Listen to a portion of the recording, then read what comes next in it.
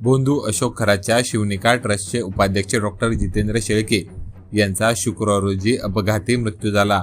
त्यांच्या कारने समृद्धी महामार्गावर उभ्या असणाऱ्या एका कंटेनरला मागच्या बाजूने जोरदार धडक दिली। या अपघातात जितेंद्र शेळके यांच्यासह त्यांच्या पत्नीचा जागीच मृत्यू झाला। जितेंद्र शेळके हे बोंधू अशोक खरात प्रकरणात एक महत्त्वाचे साक्षीदार होते।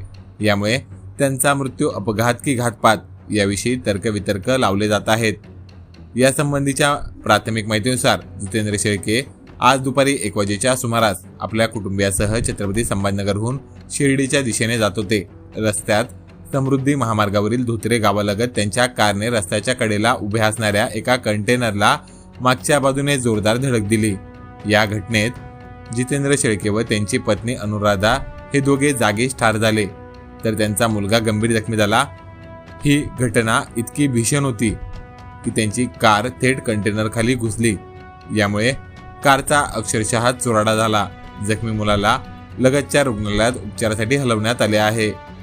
जितेंद्र शेळके यांची कार कंटेनरला धडकल्यानंतर काही काळाने नागरिकांनी प्रशासनाला माहिती दिली। यानंतर पोलीस व ग्रामस्थांनी घटनास्थळी धाव घेऊन जितेंद्र शेळके त्यांची पत्नी अनुराधा व मुलाला कारमधून बाहेर काढले, पण तोपर्यंत जितेंद्र शेळके व त्यांच्या पत्नीचा मृत्यू झाला होता। हे तिघेही कारमध्ये बराच वेळ अडकले होते अशी माहिती समोर येत आहे।